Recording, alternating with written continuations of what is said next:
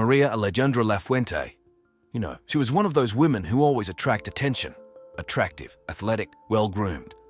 As a child, boys probably craned their necks when she walked by. And even now, to be honest, it's hard to take your eyes off her. Maria Alejandra spent a lot of time in the gym, keeping her figure toned. She also loved sunbathing on the beach to maintain an even bronze skin tone. She clearly knew her worth and set a high bar in everything related to appearance. Blonde hair, pumped-up lips, deep-set eyes that wasn't her style. Maria Alejandra considered her appearance the standard of beauty and, admittedly, had every right to do so. But this woman was known not only for her beauty. In the professional sphere, she followed in the footsteps of her father, the renowned psychologist and psychiatrist Alberto Lafuente. It seems that Maria Alejandra simply adored her daddy and became passionate about the same sciences as him. After receiving the appropriate education, she opened her own psychology practice in Mexico City, not far from the city center. Her clients were mostly young people who faced problems such as depression, anxiety disorders, and deviant behavior. I'll be honest, I wouldn't mind visiting such an attractive specialist myself. But something tells me it's better not to mess with Miss Lafuente. Despite her profession, Maria Alejandra's personal life didn't work out. Her marriage to her husband fell apart, although they had 2 children together.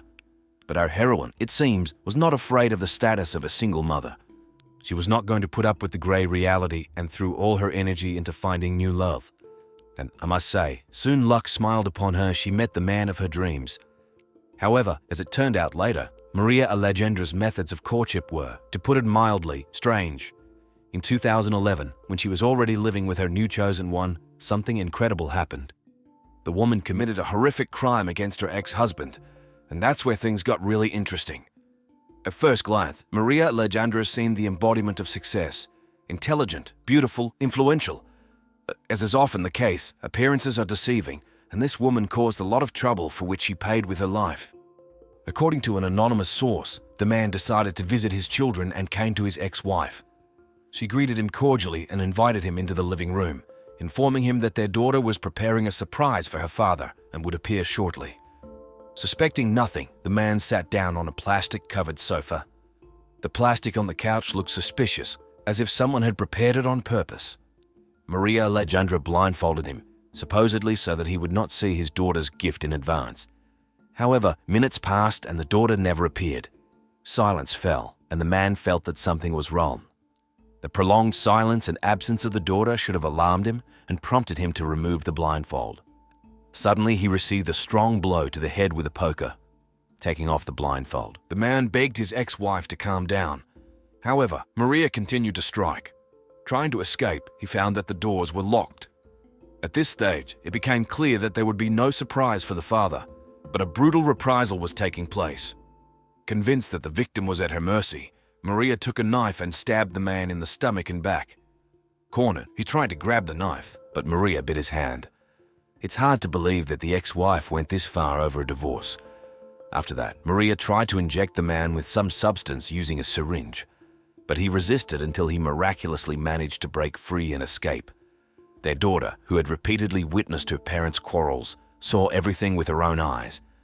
It's not easy to imagine what this child had to go through, witnessing such brutal violence in her own home. Despite previous cases of domestic violence, this time the man decided to go to the police, believing that Maria had crossed all boundaries, and there was no point in doubting this thought. Why? I'll tell you now. The psychologist Lafuente was charged with attempted murder. The woman was imprisoned, and the criminal judge issued a decree on her official detention. Later, the crime was reclassified as attempted murder, mitigated by a completed act, and on June 14, 2012, the sentence was announced 1 year and 4 months in prison for Maria Alejandra. It seemed that justice was gradually taking effect, although the punishment seemed rather lenient for such a brutal crime. However, skilled lawyers made efforts to secure various benefits for their client.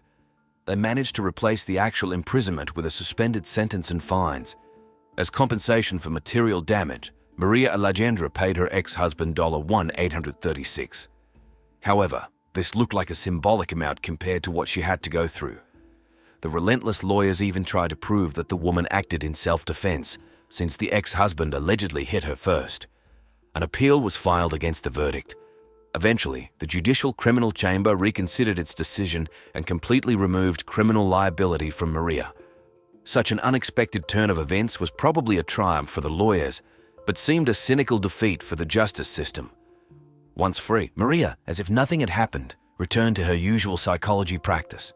She managed to create an image of a victim of gender-based violence who fought for her independence.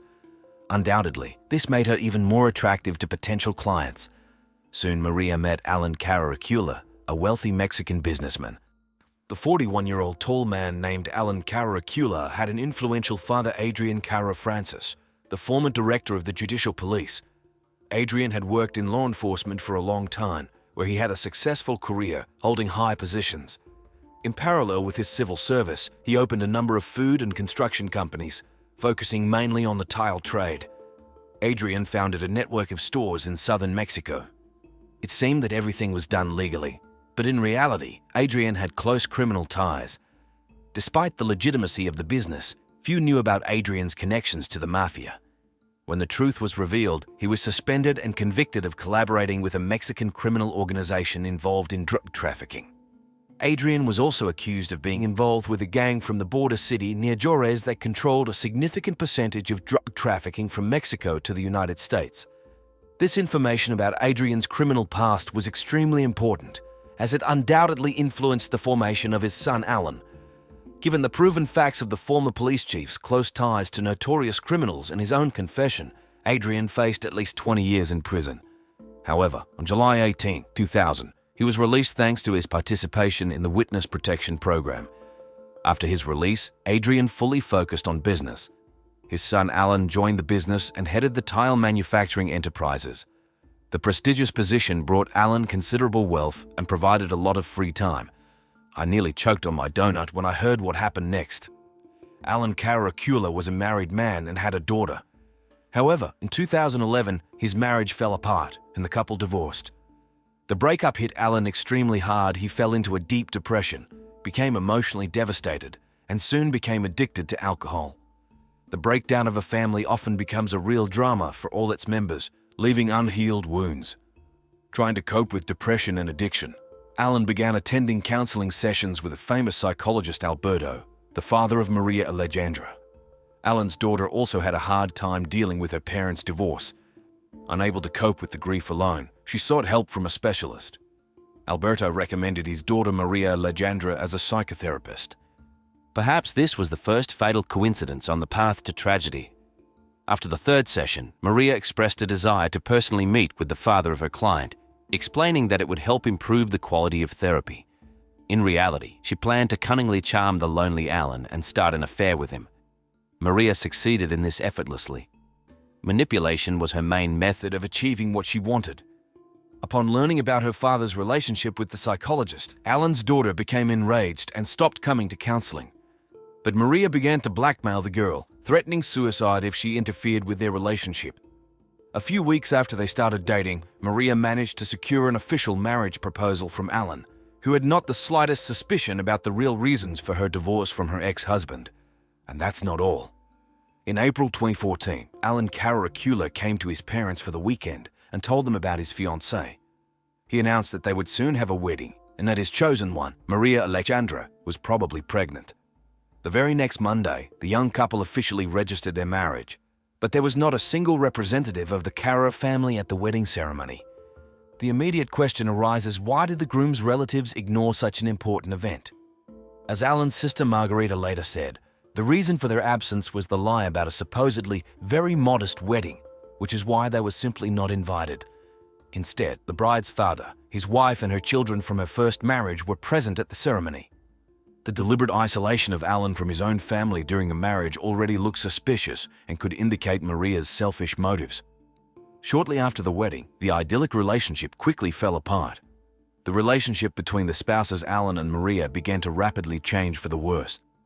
The reserved man said little about the details of his family life, but it was quite clear that there was no trace left of the former tender feelings.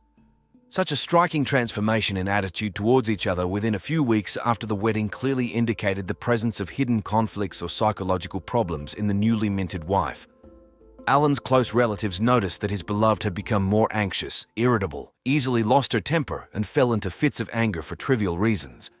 Because of Maria's unpredictable behavior, they consciously tried to keep their distance from her and minimized any communication. According to Maria herself, one time she checked her husband's phone and allegedly found a number of compromising messages that indicated his infidelity. Suspicions of her husband's infidelity only added fuel to the fire of the existing tension between the newlyweds. This tension was now doomed to turn into something terrible. According to Maria Alejandra, the alleged evidence of infidelity was the last straw that broke the camel's back. She could no longer endure the cruel treatment from her husband and refused to put up with his infidelity. Convinced that the ruined marriage could no longer be saved, Maria rejected the idea of seeking help from psychotherapists or considering the legal path of divorce. It seemed that she had a radical idea to solve this problem once and for all. From now on, Maria had only one goal: to get rid of her husband by any means necessary. All her thoughts revolved around the cold-blooded planning of an exact, merciless, and perhaps fatal blow to Allan. Such an uncompromising, violence-prone mood of the woman clearly did not bode well for her victim. Meanwhile, Allan Carrera himself had no idea about the real extent of the family conflict and the threat hanging over him. He continued to live a measured, everyday life, adhering to the usual routine, working, communicating with close relatives.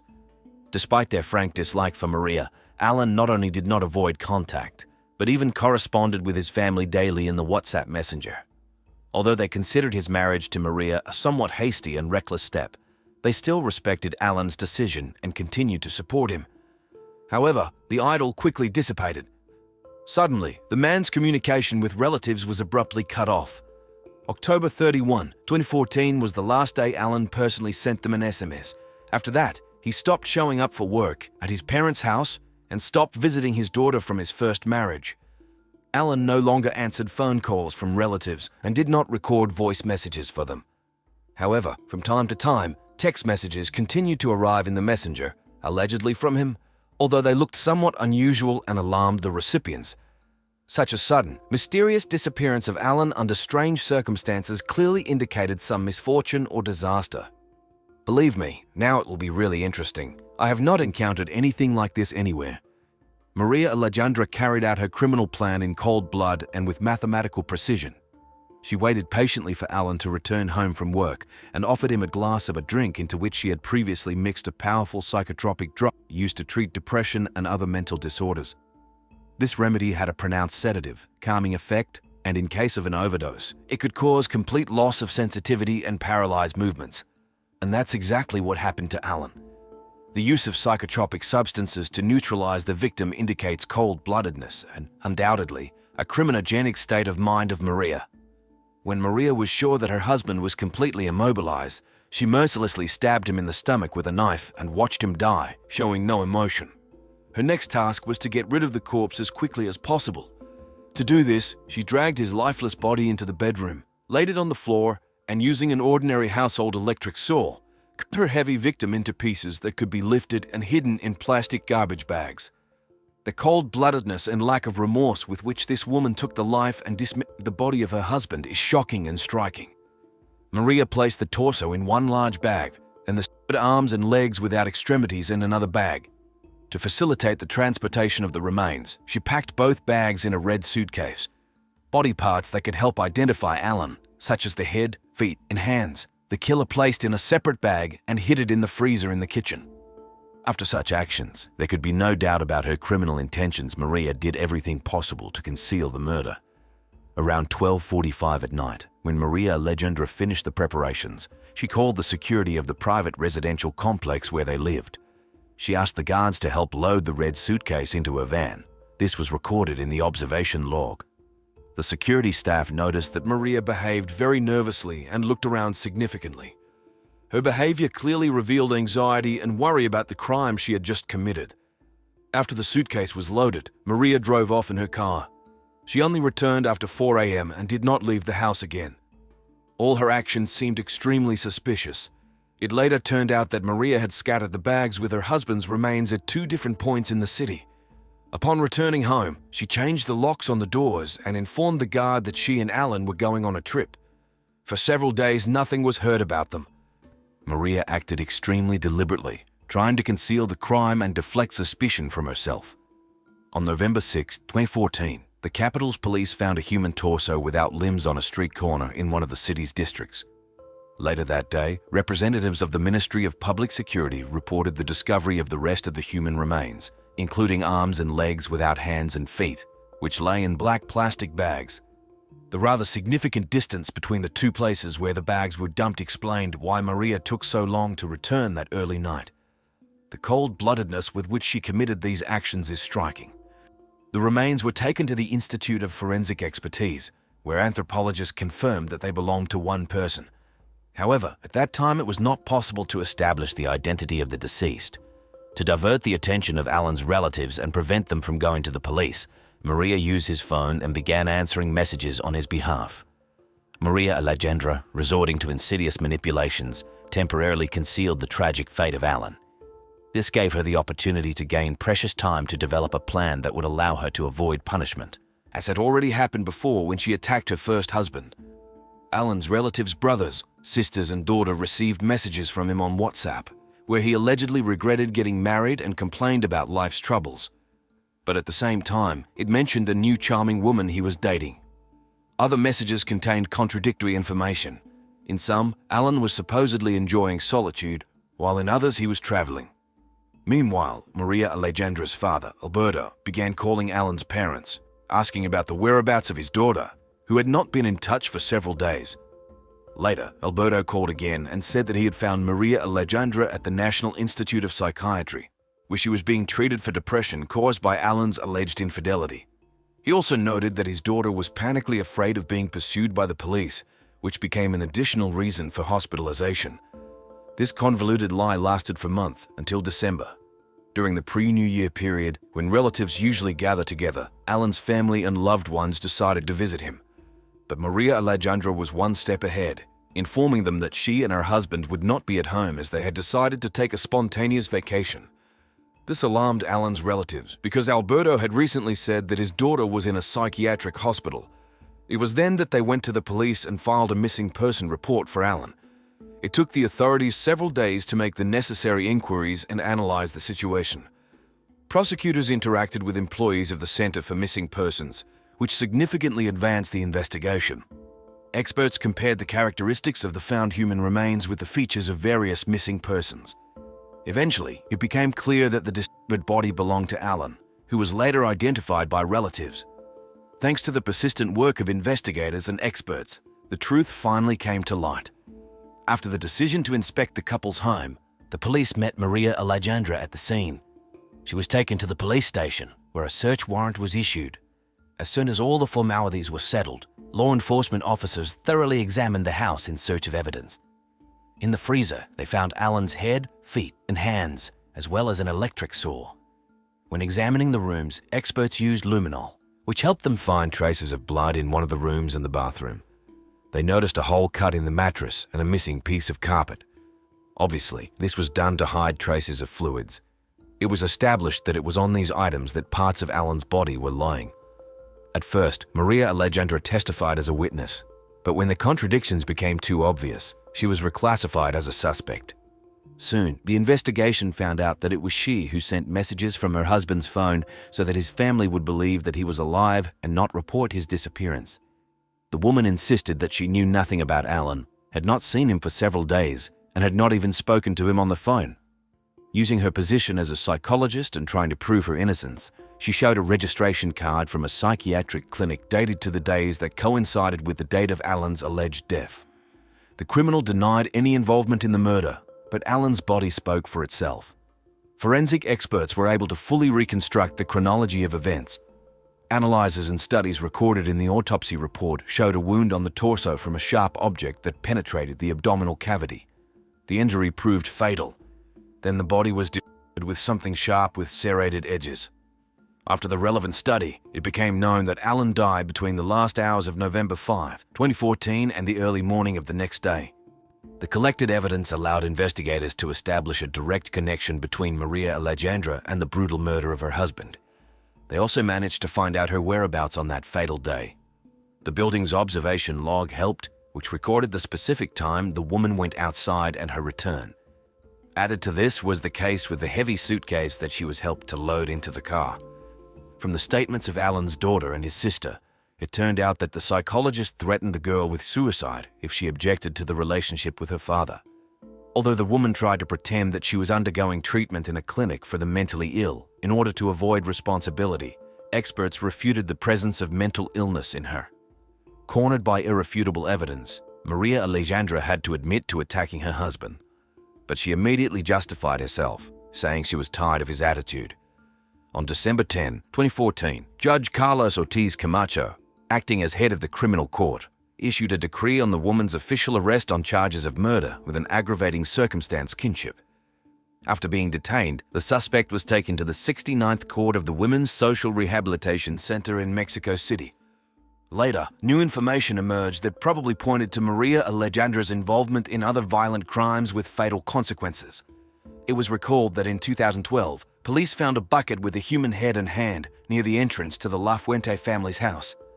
The man whom the criminal deprived of life, another who narrowly escaped death at her hands, and another unknown victim, possibly killed by Maria Alejandra in 2012, all this suggested that the crimes were committed with the help of the defendant's father, who most likely was an accomplice in concealing her actions and distracting public attention. In Allan's case, there is a version that Alberto Lafuente was involved not only in the concealment, but also in planning the attack. It is believed that the motive was purely economic because, according to an investigation by local media, for many years the policeman's son contributed to the deprivation of Alberto's property. Thus, a suspicion arose that the father and daughter were dangerous criminals and acted in tandem. However, justice could not fully prove this fact. After 8 years of waiting, on September 5, 2022, the Attorney General's Office of the Capital finally announced the final verdict. For premeditated murder with an aggravating circumstance kinship, Maria Alejandra Lafuente was sentenced to death by hanging. This is an unprecedented punishment in modern Mexican justice. After the decision was made, the convict has no right to review it or to any alternative or mitigating measures instead of imprisonment. She was also obliged to compensate for the damage caused and the funeral expenses. In addition, she lost her political rights. Maria Alejandra was a prudent woman who apparently used her father's influence and protection to commit cold-blooded crimes against men close to her. Having not received proper punishment for the attack on her first husband, she emerged from the situation as an aggrieved lady, which further revealed her ability to manipulate. And just 3 years later, the woman repeated her actions, taking the life of her second husband. With striking composure, she planned the last crime and even pretended to be feeble-minded in order to avoid responsibility again. But this time she went too far. Nothing could save her from the harsh and just verdict of Themis. It all began in the small town of Wickford, Essex, England. It was there, on December 2, 1996, that a girl named Grace was born into the family of Gillian and David Millane. It seemed like nothing special, a typical family with 2 sons, Michael and Declan, in addition to the newborn. The father, a construction businessman, earned a decent income, so the family never experienced any financial hardship. But you know, sometimes the most terrifying secrets can lurk behind an idyllic facade. Secrets that can unsettle even a seasoned detective like myself. And in this story, Grace's happy childhood turned into a real nightmare. All because of Tinder, that infamous dating app.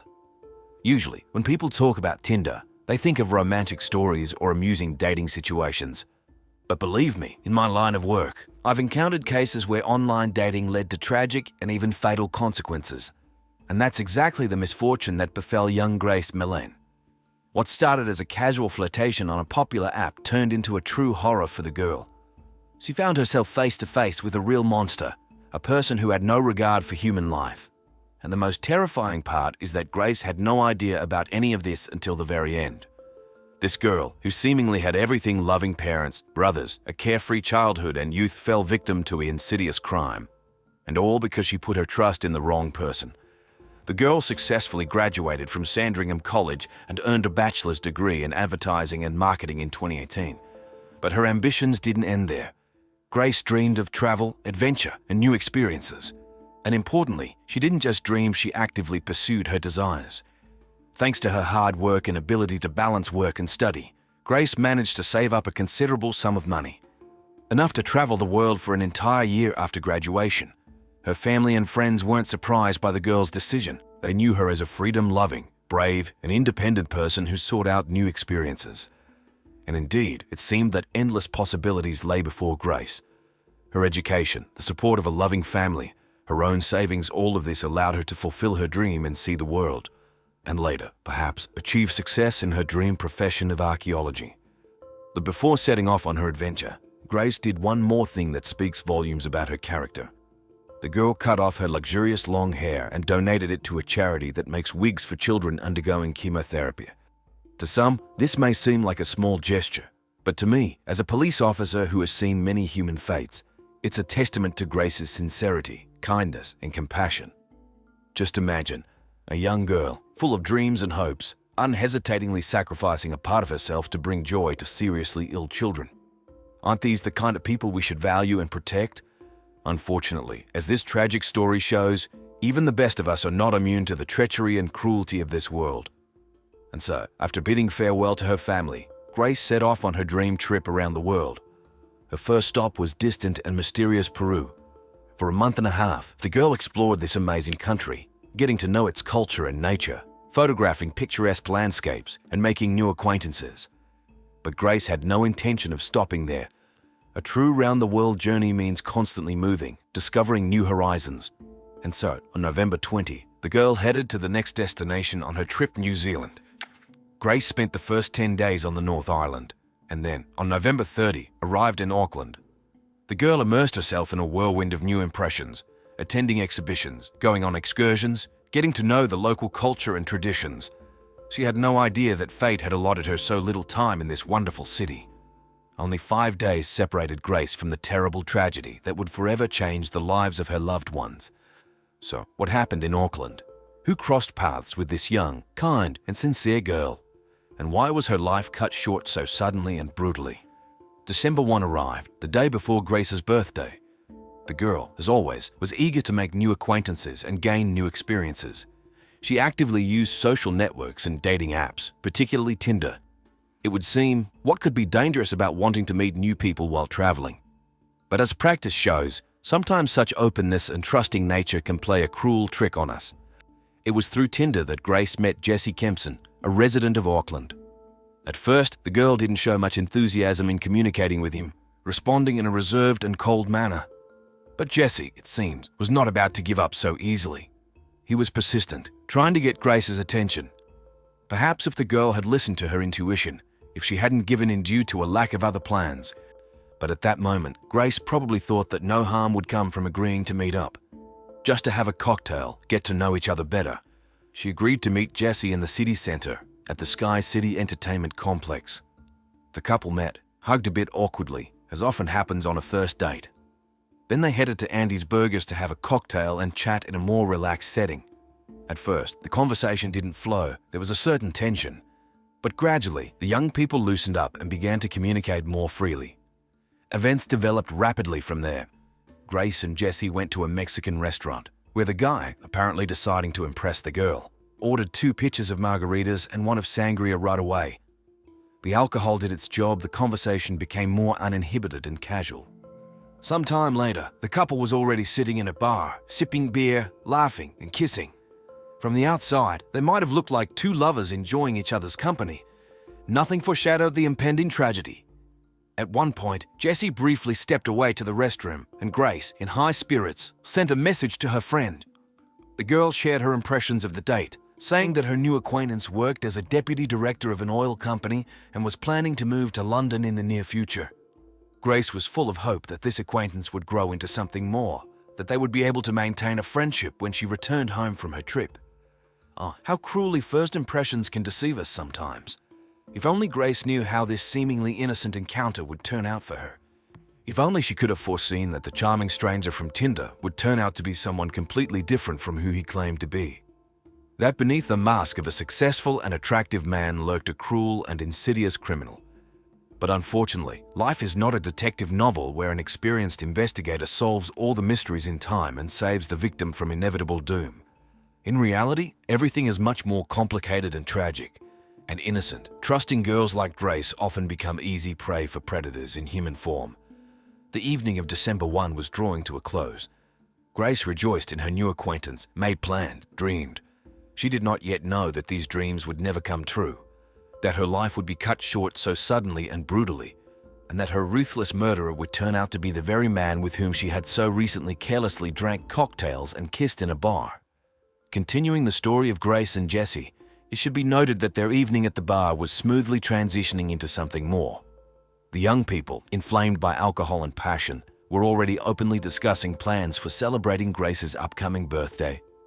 The girl, it seems, had completely lost her vigilance and caution, trusting a man she barely knew. As surveillance camera footage would later show, around midnight, Jesse and Grace, tightly embracing, left the bar and headed to the motel where the guy was staying. This small detail, a room in a cheap motel, not an apartment or hotel suite, should have alerted Grace, made her think about Jesse's true nature. But apparently, at that moment, the girl was too caught up in the prospect of a romantic continuation of the evening to pay attention to such trifles. The cameras recorded the couple, not letting go of each other's embrace, entering the motel through the main entrance, and then taking the elevator to the desired floor. And that was the last moment Grace Mullane was seen alive. She no longer made contact, showed no signs of life. The message sent to her friend from the bar was her last communication with family and friends. Just imagine what Grace's parents and friends felt when, the next day, December 2, dozens of messages and calls with birthday greetings started pouring in on her phone. The girl was usually always in touch, especially with her family.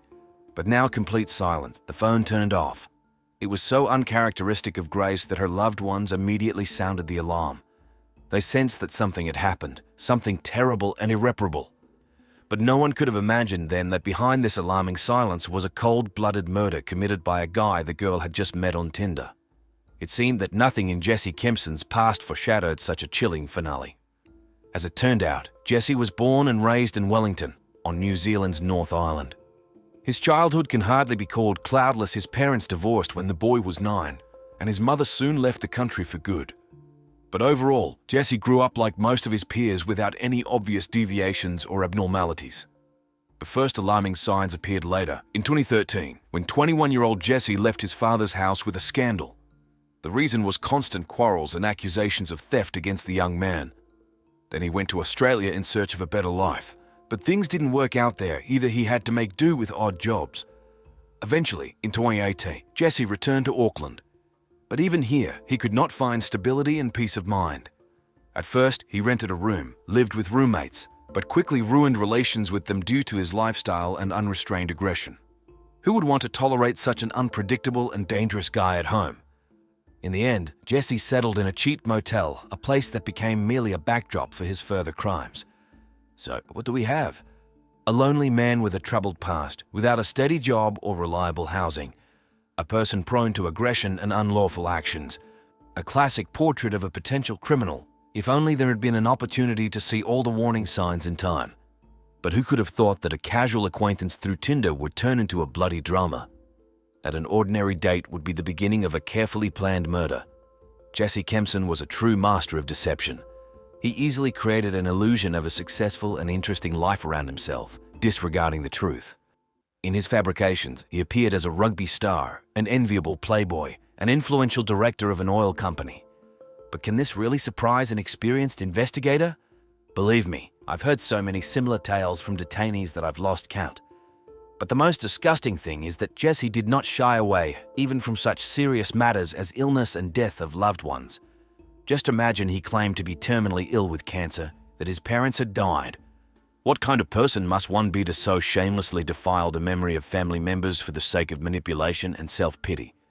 But reality, as is usually the case, turned out to be far from the golden dream Jesse painted. In fact, the guy was barely making ends meet, constantly changing jobs and housing. He was kicked out from everywhere rented apartments, positions as a bartender, salesman, sales manager. The last dismissal, by the way, happened on the very day he met Grace. A dubious coincidence, don't you think? And so, this loser, this man with no future, crosses paths with a young, promising girl who has every chance for a happy and fulfilling life. He, like a black hole, drags her into his gloomy world, destroys her aspirations, negates her achievements and dreams, and ultimately commits the most serious crime possible: murder. On the night of December 1, on the eve of Grace's birthday, in the cramped room of a cheap motel in Auckland, a bloody massacre took place. Jesse Kempson, lonely and embittered at the whole world, went too far in his criminal game. He took the life of an innocent girl who had the misfortune to believe his sweet promises and respond to his courtship on Tinder. A detailed chronology of events, reconstructed from surveillance camera footage, testifies to the cold-blooded and deliberate nature of the crime. Judge for yourself. At 8 a.m., Jesse, as if nothing had happened, calmly left his room, and just a few minutes later, at 8:07, he was recorded in the nearest store, where he purchased a large suitcase. Why, you may ask? The answer is as obvious as it is chilling to hide the body of his victim. But Jesse's perverted fantasies did not end there. At 8:32, he went shopping again, this time to a supermarket. On his shopping list were bleach, gloves, and cleaning supplies. A classic set for a novice killer, wouldn't you say? Although, I must admit, even I, a seasoned cop, am struck by such brazen self-confidence and methodical action. But the most amazing thing is what happened next. It would seem that with a fresh corpse on his hands, any normal person would only think about how to get rid of the body and traces of the crime as quickly as possible. But not Jesse. This incredible scumbag, at 10:33, as if nothing had happened, went out into the city again. He got into a taxi, although the cameras clearly recorded how nervous he was.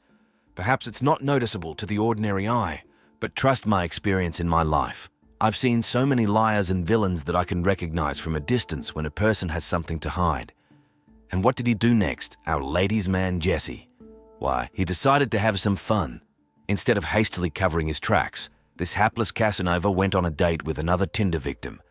What kind of audacity and arrogance must one have to think that he can get away with it? That he can simply go on living as if nothing had happened? But as we know, even the most cunning criminal will sooner or later make a fatal mistake, and Jesse is no exception. Despite all his attempts to hide in the bustle of the big city, surveillance cameras relentlessly recorded his every move in the days after Grace's disappearance. Here he is, at 7:30, driving a rented red Toyota to the motel. He gets out, drags some bulky object into room 828, a vacuum cleaner, as it later turned out. Why, you ask? Take a closer look. Jesse is trying to clean the bloodstains off the carpet, and it's not hard to guess where those stains came from. Half an hour later, movement again. Kempson carries out the vacuum cleaner, loads it into the trunk, and then, at 9:30, he appears with suitcases, barely dragging them as if something heavy is inside. Doesn't this seem suspicious to you? After all, there's a bloody mess left in the room. Here he makes another mistake. He goes to Cumu, a quiet suburb, instead of getting lost in the depths of the metropolis. And there, in a small store, he buys a shovel. Guess why a criminal needs a shovel in the middle of nowhere? That's right, to dig a hole and hide the body. So, the investigation into the murder of Grace Millane was gradually gaining momentum. Jesse Kempson apparently considered himself devilishly cunning and cautious. Having disposed of the body, he diligently covered his tracks, returned the rented Toyota to the dealership, having thoroughly washed it at a car wash beforehand. He didn't forget about his victim's belongings, either threw them in a dumpster far from the crime scene. He probably thought it was the perfect murder, that no one would ever find out about his monstrous deed. But he was fatally mistaken. 4 days after Grace's disappearance, the police were already on the suspect's trail. Footage from the Sky City cameras, where the victim and the killer's last date took place, became the starting point of the investigation. Soon, operatives were already walking the corridors of the cheap motel, questioning the staff, looking for any leads. The culmination of this hunt took place in the motel lobby. It was there that the detectives came face to face with Jesse Kempson, who was casually returning from another trip to the store. The criminal immediately sensed something was wrong, tried to escape. But no way. The professionals quickly caught up with him and apprehended him. The last doubts were dispelled. Jesse had been under covert surveillance and was exposed. From there, everything unfolded swiftly and relentlessly, like in a well-rehearsed play. Kempson was taken to the police station, and the interrogations began. At the same time, forensic experts combed through the motel room in search of evidence, and they found traces of blood, carefully washed away but ruthlessly exposed with luminol. This discovery became the final nail in Jesse's coffin. During the interrogation, the cornered beast was at a dead end. The investigators press him, asking uncomfortable questions. Kempson is nervous, gets confused in his testimony, contradicts himself. And all the while, the evidence is relentlessly tightening the noose around his neck. Finally, unable to withstand the psychological pressure, Jesse confesses.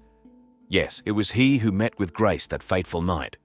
It was he who lured the girl to his room. It was he who committed the terrible and senseless murder. But why? What pushed him to this horrific act? Kempson never gave a clear answer to these questions. And here is the finale of this chilling story. The life of young, promising Grace Millane was cut short so tragically and unjustly. She fell victim to a vile, petty scoundrel for whom someone else's existence was merely a bargaining chip in his dirty games. For me, an old police officer who's seen all sorts of things, it's hard to hold back emotions. Just imagine the last minutes of this girl, all the horror, pain, despair from the realization that her life was cut short in its prime, thousands of miles from home, at the hands of a despicable coward. The only thing left of Grace is her Instagram account, filled with bright, cheerful photos. And the last post a mystical drawing of a skull, like an ominous premonition, a hint of fate. But how could this young, trusting girl expect that her tragic finale was already written in advance? I can't help but think how many more of them are out there, such Graces. Young, defenseless against the treachery of this world. How many fates are ruined? How many dreams are shattered by those who should have been protecting and guarding them? You know what strikes me the most in this story? The courage and wisdom of Grace's father. In his address to the public, he urged people not to despair, not to let fear control our actions. Because if we give in to panic and shut ourselves off, evil will gain yet another small victory. And although nothing will bring Grace back, her family continues the fight. They support the White Ribbon Charity, which helps women who have suffered at the hands of men. In this, I see a higher justice and meaning not to let the tragedy break us, but on the contrary, to draw strength from it to move forward and change the world for the better. And as long as there are such people, I believe that good will surely prevail. Well, dear viewers, this chilling and instructive story has come to an end. The Grace Millane case is not just a criminal chronicle, it's a warning to us all. A warning that evil can lurk anywhere, that even the most innocent thing, like online dating, can turn into a tragedy. But let's not forget the main thing: Grace was an amazing, bright girl, full of dreams and hopes. Her life should not have been cut short so early and so brutally. And although the guilty one has been punished, it will not bring Grace back or heal the wounds of her loved ones. However, even in this grim story, there is a glimmer of light. The courage and resilience of the Millane family in the face of incredible grief is admirable. The way they continue the fight, supporting charity and drawing attention to the problem of violence, inspires hope. So I urge you, friends, not to be indifferent. If this story touched you or made you think, share it with others. Leave a like, write a comment with your thoughts. Because only by joint efforts can we make our world a little safer and kinder. And that's it for now. Thank you for being with me, for listening to this difficult story to the end. This has been Detective Brooks, and I hope that we will meet more than once in my future investigations. In the meantime, take care of yourselves and your loved ones. And remember, evil is afraid of light, which means each of us can become that light. Until we meet again. Tallahassee, Florida, a quiet suburb where life usually flows peacefully and measured. But one day, something happened that shook the entire community. A local university professor was found unconscious in the driveway of his own house, bleeding profusely. This man is Daniel Eric Markle, a father of 2 young boys who had everything to live for. The police found themselves at a dead end. No evidence, no suspects, no DNA, only one unreliable witness. It became clear that this case would not be simple and quick. It would require all the experience and patience of the investigators to solve it. Dan was born in 1972 in Toronto, Canada. He was a smart and successful man. He studied at prestigious universities, including Cambridge, and in 2001, he received a law degree from Harvard. After that, he worked as a clerk at a law firm for several years. In 2005, he got an opportunity he couldn't pass up. The University of Florida's law school was looking for a professor with the same qualifications as Dan. He jumped at this chance and was a perfect fit for his new career at the university. Daniel Markle had all the prerequisites for a happy life and a successful career. But unfortunately, one tragic event crossed out all his plans. On the one hand, Dan loved teaching, and on the other, he was in love with criminal law. Despite his busy schedule teaching various legal disciplines, he found time to write numerous works in the field of criminal law. But it wasn't just career successes that brought joy to Dan's life. He met his love, Wendy Adelson, on a dating site for single Jews.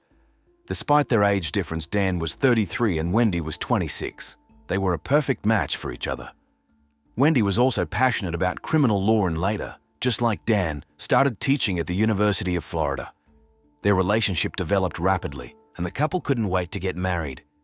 In a short time, they got to know each other well, got engaged, and finally tied the knot on February 26, 2006. The couple lived an ideal life. They both had their dream jobs, a good income, and in 2009, they welcomed their firstborn, followed by a second son. In 2010, life seemed wonderful, and it continued that way until 2012, when their relationship fell apart and they divorced. It seemed that Dan and Wendy had everything for a happy family life: love, common interests, successful career, children. But sometimes, even in the strongest relationships, at first glance, cracks appear that lead to the destruction of the marriage. The couple carefully concealed all the details of their divorce, so no one knows for sure why their marriage fell apart. In 2013, they officially divorced, and the image they presented to the public did not reflect the real situation in their family at all. Once, Dan went on a business trip, and when he returned home, he was shocked by what he saw. The house was almost completely emptied out. Wendy left only a few things, including a mattress. It took her just a day, while Dan was away, to move everything out of the house. Usually, moving out of a house is a stressful process that requires careful planning. But judging by how far Wendy went in emptying their shared home, she had been thinking about it long before. This indicates the deplorable state their marriage was in. And as if that wasn't enough, Wendy left Dan another gift on the mattress, a stack of divorce papers. The divorce process was very difficult, and Wendy had plenty of reasons to be angry. Obviously, she did everything possible to cause Dan as much suffering as possible during this process. Divorce is always a painful process, especially when the couple cannot agree amicably. But such outright hostility and a desire to hurt a former partner is an alarming sign. Wendy went even further in her desire to erase Dan from her life and the lives of their children. She changed the children's last name to her maiden name and even changed the name of one of her sons, which was given in honor of Dan's deceased relative. The divorce was not easy for Wendy, and she made every effort to erase any mention of Dan. It's one thing when a couple realizes that they can no longer be together, but it's another thing entirely when children are involved. They will still have to maintain contact. Attempts to isolate children from one of the parents look like cruel revenge. In 2014, Dan and Wendy lived separately. Wendy took up writing and wrote a book about human trafficking based on her experience. But it seems that her approach to writing was different from Dan's, and the book turned out to be a complete failure. Critics described it as terribly bad, so it was hardly worth rushing to the bookstore for this masterpiece. On July 18, 2014, Dan, as usual, was heading to Wendy's house to pick up the children and take them to kindergarten. This was part of his usual daily routine. In divorce situations, one of the parties often starts behaving irrationally, driven by emotions, but it's important to remember that children should not become hostages of adult conflicts. They have the right to communicate with both parents, regardless of how the relationship between the former spouses turned out. That morning, Dan followed his usual routine. He went to the gym, stopped by a few stores, nothing unusual. But soon everything was about to change dramatically. Around 11 o'clock, Dan finished his business and returned home. As he was approaching his house, he noticed that someone was already waiting for him there. At that moment, Dan was talking to someone on the phone. This interlocutor later told the police about their conversation and what he managed to hear and understand. According to him, whoever the person waiting for Dan was, they had obviously set up an ambush. There was no dialogue between them. Only a loud bang rang out before Dan even had time to open the car door. The bullet flew through the driver's side window and hit Dan right in the face. The impact was so strong that his head was thrown back against the headrest. One of the neighbors accidentally heard the shot and saw a gruesome picture. Dan was sitting motionless behind the wheel, surrounded by broken glass, with the interior and windshield covered in blood. Without wasting a second, the neighbor called 911. In such situations, it is very important for eyewitnesses to immediately call the emergency services. Every minute can be decisive in saving a life, and although the neighbor acted absolutely correctly, unfortunately, it is not always possible to get comprehensive information from witnesses in a state of shock. The neighbor said that he saw a car pull into the driveway and then heard a shot. Looking out the window, he saw Dan in critical condition in the front seat of the car. The man was still alive but could not call for help. The neighbor also noted that he could not say with certainty whether it was a suicide attempt or if someone had shot Dan. But in any case, the victim needed immediate help. While the ambulance was on its way, The police tried to get all possible information from the neighbor. However, the only thing he could report was that he saw a silver Toyota Prius leaving the scene immediately after the shot. Of course, the police should have followed up on this lead, but it is quite possible that it was just a random car passing by. The medics arrived 19 minutes later and urgently transported Dan to the nearest hospital. Unfortunately, an unfortunate mistake occurred. The dispatcher who took the call from the neighbor did not convey the information about the victim's critical condition. That's why it took the ambulance so long to get to the scene. And with a gunshot wound to the face, every minute counts.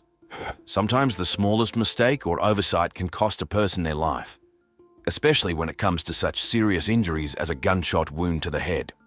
It's a pity that valuable time was wasted due to a lack of communication between the services.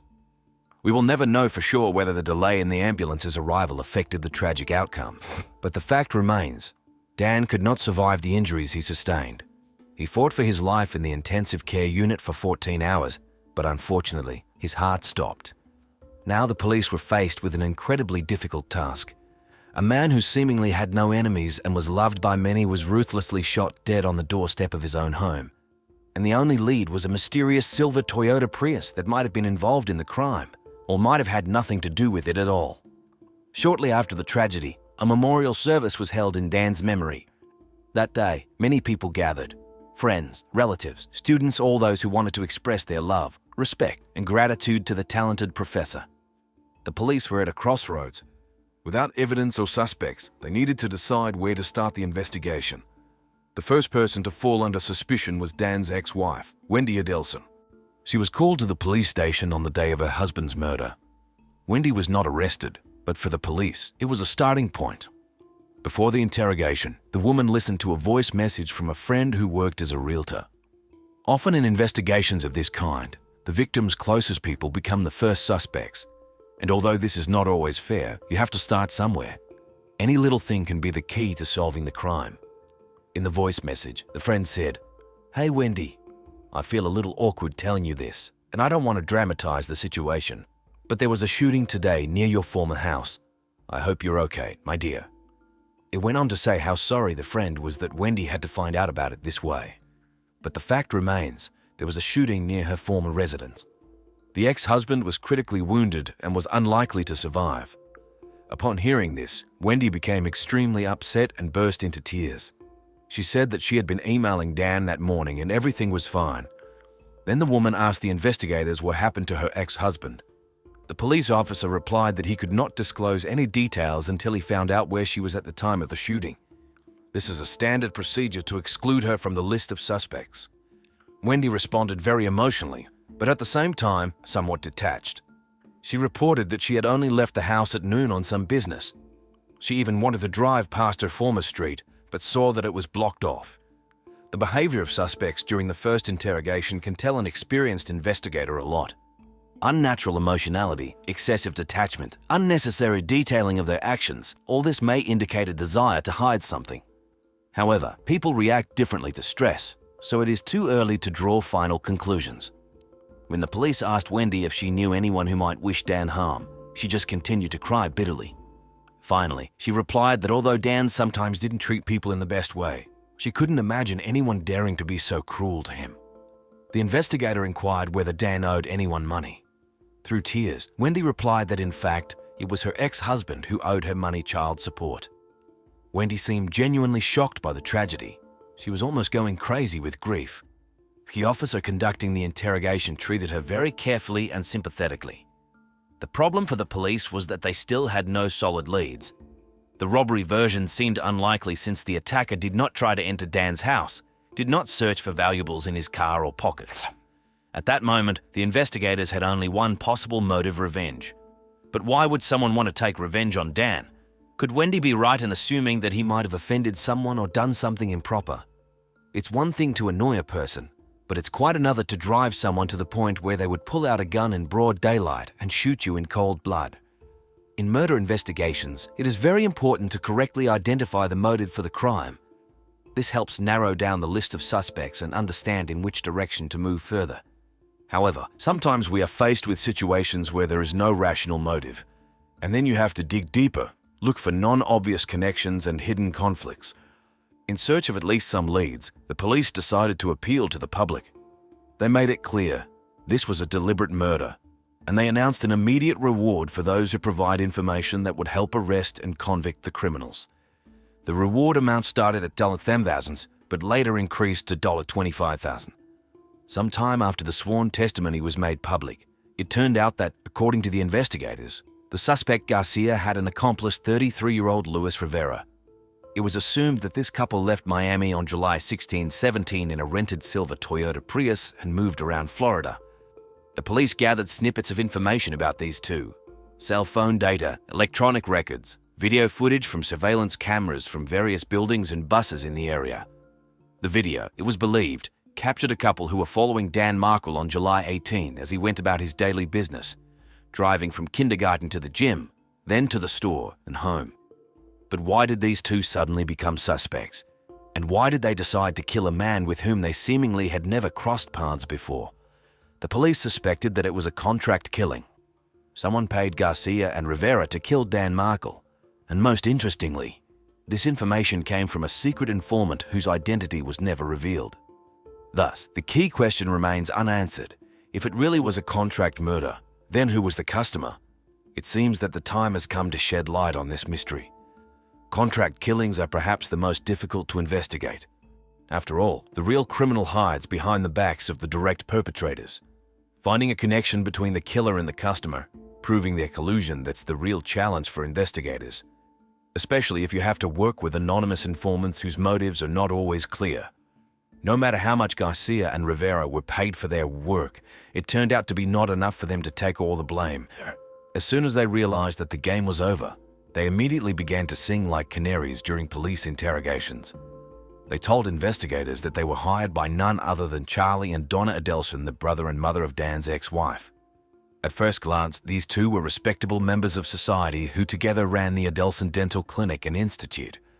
By the way, I apologize if I mispronounced their last name. Charlie was a dentist, and Donna was in charge of patient care. It's hard to believe, but these testimonies alone were not enough to bring Charlie and Donna to justice. After all, as far as the police knew, the murder suspects could name any names in a desperate attempt to save their own skin.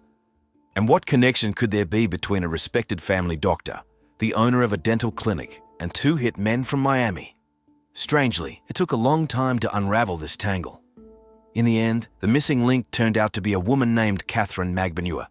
She not only had an affair with Charlie Adelson, but also had a previous relationship with Sigfrido Garcia, from whom she had 2 children. Phone records showed that almost immediately after Dan Markle's murder, Catherine received a call from Luis Rivera, probably to report that the order had been carried out. Catherine was the only connecting link between all the participants in the conspiracy. Rivera, Garcia, and Adelson claimed that they had never met each other in person before. For her services as an intermediary, Catherine received $100,000. After analyzing Magbanua's bank account, it was established that over 12 months, she made deposits amounting to tens of thousands of dollars. Often, the key to solving high-profile murders lies in seemingly insignificant details and minor figures. It is important not only to focus on the main suspects, but also to carefully track all their connections and contacts. After all, that's where you can find the missing puzzles that will make up the complete picture of the crime. These suspicious transactions on Catherine's account began a few months before Dan Markle's murder and continued for several months after the crime. Isn't this the height of recklessness? Interestingly, the payments were almost always made in the form of checks. Not the smartest move on the part of the Adelson family, don't you think? After all, checks are very easy to track for one simple reason: they always have a signature. And every such check deposited into Magbanua's account was signed by none other than Donna Adelson. Hatred is perhaps too strong a word, but in this case, it fits best. Donna Adelson openly hated her former son-in-law, especially in the months leading up to his murder. She bombarded Dan with emails, one after another, cursing him, insulting him, using her entire arsenal of swear words. In one particularly telling message, she wrote that Wendy had suffered too long being married to Dan. His narcissism had destroyed their marriage, so now it was time to strike at the most painful spot. The entire Adelson family lived in Miami, but Wendy settled separately in Tallahassee, near her ex-husband. She wanted to return to Miami to be closer to her family, but Dan was against it. Since Michael did not resort to threats or violence, he went to court and obtained a ban on Wendy moving with the children. The fact is that during the divorce, they agreed on equal custody of their sons. But there was another reason for the mother-in-law's dislike of Dan. Shortly before his murder, he again went to court with a petition that did not allow Donna Adelson to spend time alone with his children without his supervision. Of course, this in no way justifies Donna's actions because, as we know, the attempt on Dan's life was planned long before this petition was filed. As you can see, at first glance, everything seems quite obvious, doesn't it? An angry mother-in-law, an offended ex-wife. Motive is always a key element in murder investigations, and although family conflicts often cause violence, one should not jump to hasty conclusions. Sometimes, deeper reasons and darker secrets are hidden behind outward simplicity. The task of a detective is to remain impartial and check all versions, even if they seem obvious. The offense went too far, but one should not jump to conclusions. Luis Rivera nearly ruined the entire case. While in jail without the right to bail on other charges, Luis asked for a meeting with investigators.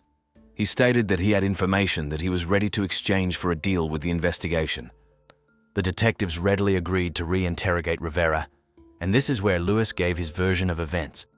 According to him, he did not know that a murder was being planned until he got into the car with Garcia. He was allegedly told that it would be an ordinary robbery, and when he found out about the murder of Dan Michael, he was extremely dissatisfied. He said he only wanted to rob the woman who was supposed to pay for it. Rivera and Garcia were promised $35,000 each for the job, but Luis insisted that he was not going to kill a man, especially a father of many children, with whom he was not previously acquainted and against whom he had nothing. Rivera claimed that he had never even heard this man's name before and had not seen him until Garcia showed him a photo. As for the Adelsons, Luis allegedly did not know about them at all, but only referred to a woman named Katie, that is, Catherine. It was she, according to Rivera, who was the main person in this case, and he also mentioned that some woman wanted to get her children back and gain full custody of them. Up to this point, the Adelsons still denied any involvement in the murder, despite the fact that the police had checks signed by Donna. However, this does not yet prove her intention to kill Dan. The checks could have been written for many reasons. But at this moment, the FBI joined the case. They developed a special operation to catch this family. Charlie Adelson began to receive strange calls from an unknown number. The caller was a woman who introduced herself as Sandy.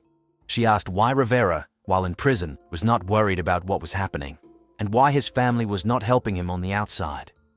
Charlie was clearly frightened by these calls, but he kept his composure long enough not to give himself away.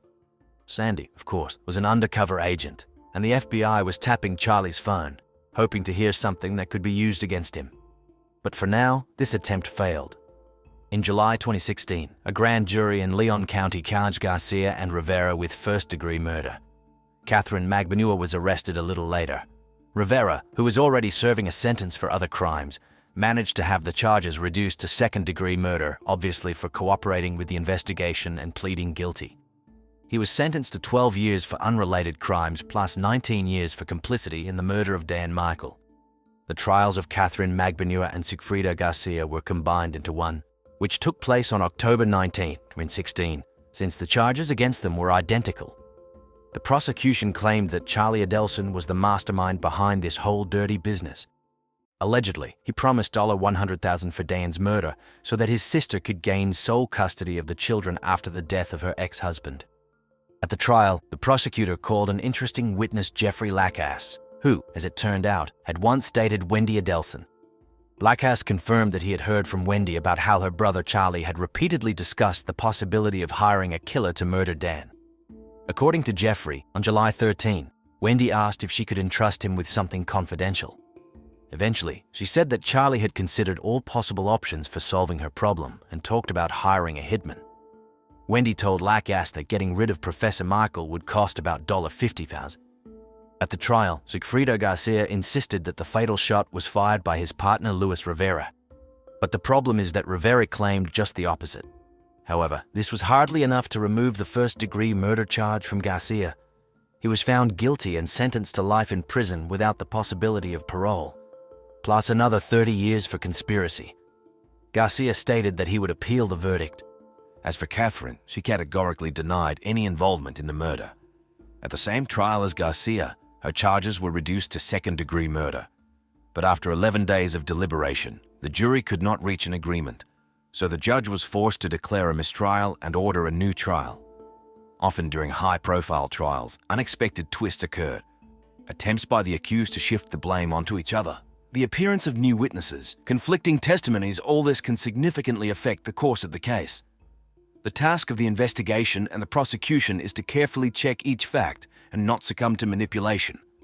Only in this way can a fair verdict be achieved. Catherine Magbanua was released on bail pending a new trial. It took over 6 years for Katie to finally face trial. The retrial began on May 16, 2022, and lasted 11 days. This time, the jury was more decisive. On May 27, 2022, Catherine Magbanua was found guilty of first-degree murder and solicitation to commit murder. She was sentenced to life in prison without the possibility of parole, plus an additional 30 years for participation in a criminal conspiracy and another 30 for solicitation. So even if Katie theoretically gets out of prison someday on a life sentence, she will still have to serve an additional 60 years behind bars. It is clear that the jurors were shocked by the details of this case. Many believe that two key figures, Wendy and Donna, were unfairly left at large, because of whom, most likely, everything happened. After all, it was they who planned and wished for Dan Markle's death. Well, we can only hope that justice will eventually catch up with them too. It is worth noting that this case and the verdicts handed down caused quite a stir in society. Opinions were divided. Some consider the punishment too lenient, while others consider it too severe.